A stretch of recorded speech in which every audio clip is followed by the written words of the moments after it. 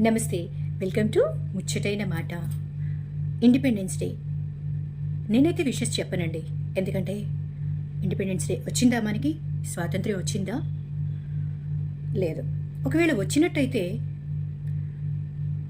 3 సంవత్సరాల పిల్లల్ని, 6 నెలల పిల్లల్ని, లేకపోతే వృద్ధాప్యంలో ఉన్న ముసలి వాళ్ళని ఇంకా మానసికంగా, శారీరకంగా బ్రతకనివ్వట్లేదు. ఎప్పుడూ బ్రిటిష్ వాళ్ళు మనల్ని చాలా హింస పెట్టారని మనం అనుకుంటున్నాము. సో వాళ్ళ చెర నుంచి విడిపోయామని నేను అనుకుంటున్నాం. స్వాతంత్ర్యం వచ్చిందని ఎంతో సంబరాలు చేసుకుంటున్నాం. మరి ఈ చనిపోయిన చాలామంది ఏ స్వాతంత్ర్యం వచ్చిందని అనుకోవాలి? మీరే చెప్పండి. ఎస్, అప్పుడు బ్రిటిష్ వాళ్ళు మన దేశానికి వచ్చి వాళ్ళు మనతో పని చేయించుకున్నారు. అందుకని మనం చాలా బాధపడ్డాం. కానీ ఇప్పుడు మనం ఏం చేస్తున్నాము? మనమే వెళ్ళి వాళ్ళ దగ్గర వర్క్ చేస్తున్నాము. అఫ్కోర్స్ మన ఫ్యామిలీ వదిలిపెట్టి వెళ్తున్నాము, లేదా ఫ్యామిలీని తీసుకుని వెళ్తున్నాము, లేదా ఫ్యామిలీలో ఉన్న ఇబ్బందుల ప్రకారం సంపాదన కోసం వెళ్తున్నాము. ఏదైనా కూడా ఆ బ్రిటిష్ వారి కిందనే మనం పనిచేస్తున్నాం. అంతే కదండి. మరి స్వాతంత్రం వచ్చిందంటారా?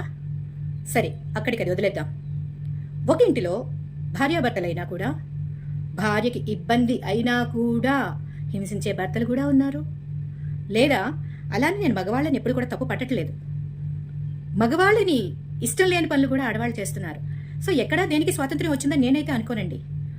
ఇప్పుడు కూడా మిడ్ నైట్ ఎవరైనా ఒక హౌస్ వైఫ్, ఓకే, జాబ్ చేసిన వాళ్ళందరికీ క్యాబ్స్ వస్తాయి, పోతాయి, అది తర్వాత విషయం.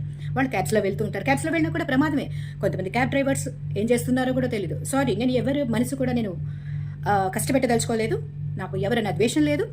కానీ మనసులో ఉన్న కొన్ని ఫీలింగ్స్ మాత్రం మీతో షేర్ చేసుకుంటున్నాను. నేను ఆడవాళ్ళు మంచివాళ్ళు, మగవాళ్ళు మంచివాళ్ళు అని నేను చెప్పట్లేదు. ఎవరైనా కూడా మనకైతే మాత్రం పూర్తి స్వాతంత్ర్యం రాలేదు. మగవారికి ఇష్టం లేని పనులు ఆడవాళ్ళు చేస్తున్నారు, ఆడవాళ్ళకి ఇష్టం లేని పనులు మగవాళ్ళు చేస్తున్నారు.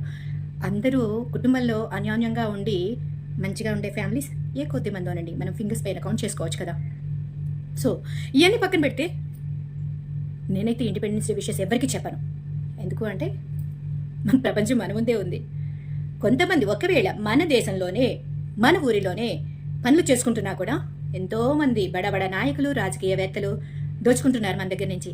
సో ఏంటి, ఏదో చిన్న చీమ కథ చెప్పుకుందాం మనం. చీమకి చిన్న బెల్లం, చిన్న పంచదార పలుకు వేసి దాన్ని ఎలా అయితే మనం ఆకర్షించుకుంటామో చంపాలనుకుంటే, సో సేమ్ అలాగే ఐఎమ్ సారీ టు సే, నేను ఎవరిని హర్ట్ చేయదలుచుకోలేదు. బట్ ఇండిపెండెన్స్ మనకి రాలేదని నేను చెప్తున్నాను.